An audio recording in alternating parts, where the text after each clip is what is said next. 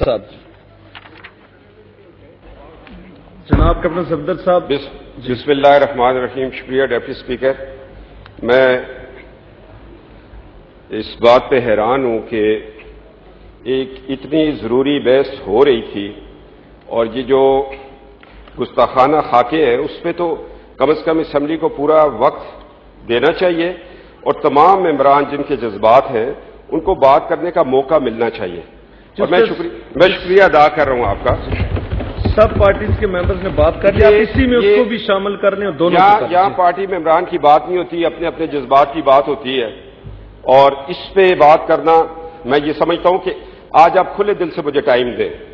میں یہ کوئی سیاسی بات نہیں کرنے لگا, میں ان نوجوانوں کا جو پورے عالم اسلام کے ان کے جذبات کی ترجمانی آج کر رہا ہوں, اسپیشلی پاکستان کے وہ نوجوان جو آقا علیہ السلام کی شان پہ کٹ مرنے کو تیار ہیں, ان کے جذبات میں بیان کر رہا ہوں. جناب بطور مسلمان آج ہمارا عقیدہ اور ایمان ہے کہ 1,24,000 پیغمبروں پر ہے, ہمارا ایمان ہے, ہمارا روز محشر قیامت پر ہمارا ایمان ہے, ہمارا آسمانی جو کتابیں ہیں ان پر ہمارا ایمان ہے. تو ہمارا ایمان تو ان پیغمبروں پر بھی ہے جن کے ماننے والے آج وہ ہمارے پیغمبر صلی اللہ علیہ وآلہ وسلم کی گستاخی کر رہے. کیا ہمارے پاس کوئی ایسا طریقہ نہیں ہے کہ ہم سوشل میڈیا کے ذریعے ان کا مقابلہ کریں؟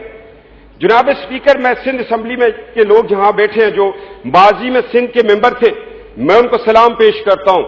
انہوں نے آقا علیہ السلام کی شان بڑھائی اور سندھ اسمبلی میں آج قرآن کی تلاوت ترجمے کے بعد آقا علیہ السلام کی نعت پڑھی جاتی ہے.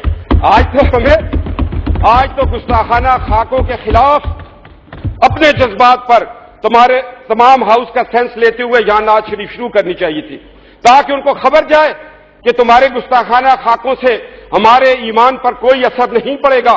بلکہ میں قرآن کی وہ آیت 13واں پارہ علماء یہاں پر بیٹھے, مغیرہ نامی ایک کافر آقا علیہ السلام پر آ کر سوال کیا کرتا تھا. ایک دن اس نے 10 سوال پوچھے, آقا علیہ السلام نے 9 کا جواب دیا, 10واں اس نے کہا میرے باپ کا نام بتا دو.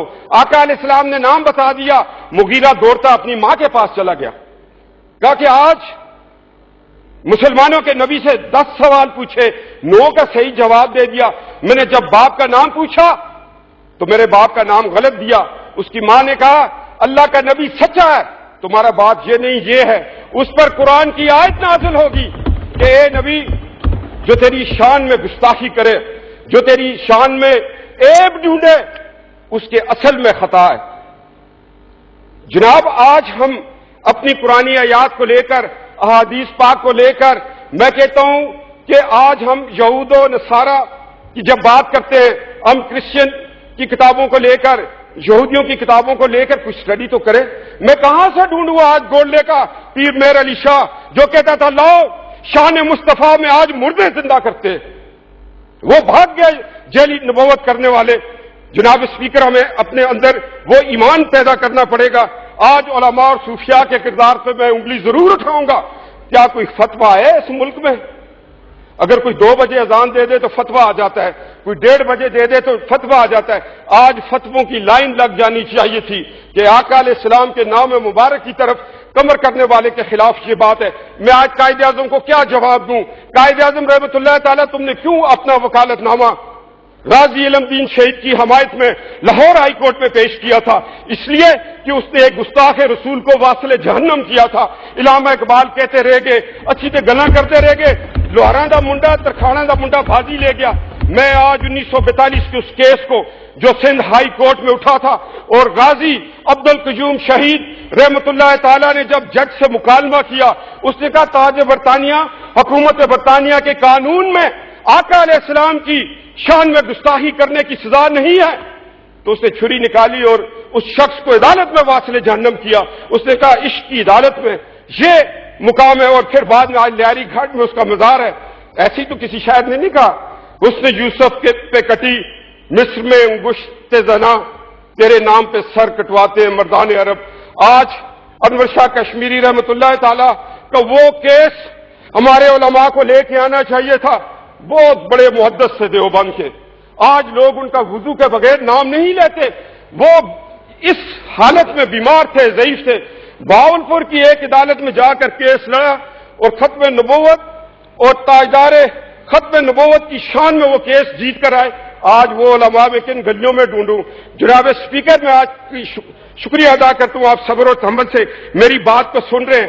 کیا 12 ربیع الاول کا مہینہ نہیں گزرا؟ اس میں ہاؤس کو ایک دن اوپن کرنا تھا۔ اٹھو، اپنے نبی کی شان بیان کرو۔ آج تقریروں سے، واک آؤٹ سے بات نہیں ہوگی۔ آج ہاؤس کے اندر ایک ایسی کمیٹی بنے جو سوشل میڈیا پر ان گستاخوں کا پوری دنیا میں مقابلہ کرے۔ سلام پیش کر رہا ہوں انور چیمہ شہید رحمت اللہ تعالیٰ کو۔ جرمنی میں جب خاکے بنے، مشرف کا آمرانہ دور، اس وقت اس کی حکومت تھی، ایک انجینئر وہاں پر پہنچا، اس گستاخ کو واصل جہنم کیا۔ جب اس کا جسد خاکی یہاں آ رہا ہے تو مشرف سے اسلام آباد میں قبر کی جگہ نہیں دی دوستو۔ آقا علیہ السلام کے نام پر سر کٹوانے والوں کو قبر کی جگہ نہیں ملی اسلام آباد میں۔ پھر وزیر آباد کے پاس ایک چھوٹے سے گاؤں میں ان لوگوں نے اس کو دفنا دیا۔ ہمارا تو ایمان ہے، نبی سے محبت کرنے والا جہاں بھی دفنایا جائے اٹھے گا وہ جنت البقیع کے اندر سے۔ ہم نے کیا کیا ان لوگوں کے لیے؟ ہمیں تو چاہیے تھا کہ غازی علم دین، عبدالقیوم، عبدالرشید، عامر چیمہ کے کوئی یوم مقرر کر دیتے، لوگوں کو پتا ہوتا۔ ہم نے تو شان بیان کرنے میں، ایم کیو ایم والوں نے پچھلے دور میں کہا کہ جی نعت شریف ہوگی، آج کیوں نہیں ہو رہی؟ ہمیں تو کسی نے باہر سے نہیں روکا ہوگا، جیلی خاکوں والوں نے تو نہیں روکا ہوگا۔ آج ایمان پیدا کرنے والی بات ہے، مصلحت کو چھوڑنا پڑے گا۔ میں پیر جسٹس کرم شاہ صاحب کی تفسیر اس وقت پڑھ رہا تھا، ضیاء القرآن، جب میں جیل میں تھا مشرف کے وقت۔ میں اس ڈیٹیل میں نہیں جاتا، اس واقعے کو جس شان سے انہوں نے بیان کیا کہ اللہ نے کہا اے نبی تیری ذات میں عیب ڈھونڈنے والوں کے اصل میں خطا ہے، پھر اس کی تفسیر جس طرح بیان کی۔ آج کیوں نہیں ضیاء القرآن کے مالک جو بیٹھے ہیں وہ ضیاء القرآن کو یہاں پر مفت تقسیم کریں؟ اور پارلیمنٹ کے اندر یہ ایک قانون بننا چاہیے کہ جی ہر ایک مکتب فکر کی تفسیر کا یہاں پر جب آپ تلاوت کریں ترجمہ ہو اور تفسیر بھی اس کی بیان کی جائے، ہمیں پتہ چلے ہم ایمان والے ہیں، ہم کہاں کھڑے ہیں۔ جناب اسپیکر، میں تو آج بڑا حیران ہوں کہ ہم نے تقریریں کر لی، ہم باہر سڑک پہ اب جائیں گے، ہمارے علماء کو ایک بینچ بنانا چاہیے۔ میں تو اس شخص کو سلام پیش کرتا ہوں جس شخص نے جب ان کے پاس کوئی مسئلہ لے کے گئے شاہ محمد احمد رضا خان، تو انہوں نے کہا جان و دل ہوش و خیرت سب تو مدینے پہنچے، تم نہیں چلتے رضا سارا تو سامان گیا۔ عشق والوں کا سارا سامان مدینہ منورہ میں ہوتا ہے۔ آج میں حیران ہوں، دو لفظ سب نے بول دیے اور اس کے بعد ایک قرارداد پیش ہوگی، اب ہم سڑکوں پہ چلے جائیں گے۔ آقا علیہ السلام کو یہ قربانی منظور نہیں ہے دوستو، وہ تو بلال حبشی جیسی قربانی مانگتے ہیں، وہ تو نواسہ رسول تپتی ریت پر تھا۔ امام علی اصغر کے سینے میں ایک تیر پیوست تھا، تو نبی کے نواسے کہہ رہے تھے یا اللہ اپنی راہ میں قبول کر لے۔ آج تو اس قربانی کا وقت ہے، کیوں ہم سو گئے، کیوں ہم فرقوں میں بٹ گئے، کیوں ہم مسالک کی مسجدیں علیحدہ کر کے بیٹھ گئے؟ جناب اسپیکر، آج ہم یہاں سے تب اٹھیں گے، ایم کیو ایم اگر اس ذمہ داری کو لے، Jamaat Islami, J U I, Muslim League نون، پیپلز پارٹی کر روز محشر میں کھڑے ہو کے آقا علیہ السلام کو جواب دینا پڑے گا۔ میں ایشین اٹینک تھا، میاں والی جیل کے دورے پر گیا، جب انہوں نے بریفنگ شروع کی انہوں نے کہا اس جیل کو یہ اعزاز حاصل ہے کہ یہاں پر غازی علم دین شہید کو پھانسی دی یعنی ایک غازی علم دین کو پھانسی دے دی۔ میں اٹھ کے کھڑا ہو گیا، میں نے کہا جناب سپرنٹینڈنٹ صاحب ہم اس بریفنگ کو نہیں لیں گے، یا تو آپ اپنے الفاظ بدلیں، آپ یہ کہ یہ جیل وہ جگہ ہے جب غازی علم دین شہید کے پھندا ڈالا گیا تو آقا علیہ السلام نے اس کو اپنے بازوؤں میں لے لیا اور مدینہ پاک لے گئے، تب باقی بریفنگ چلے گی۔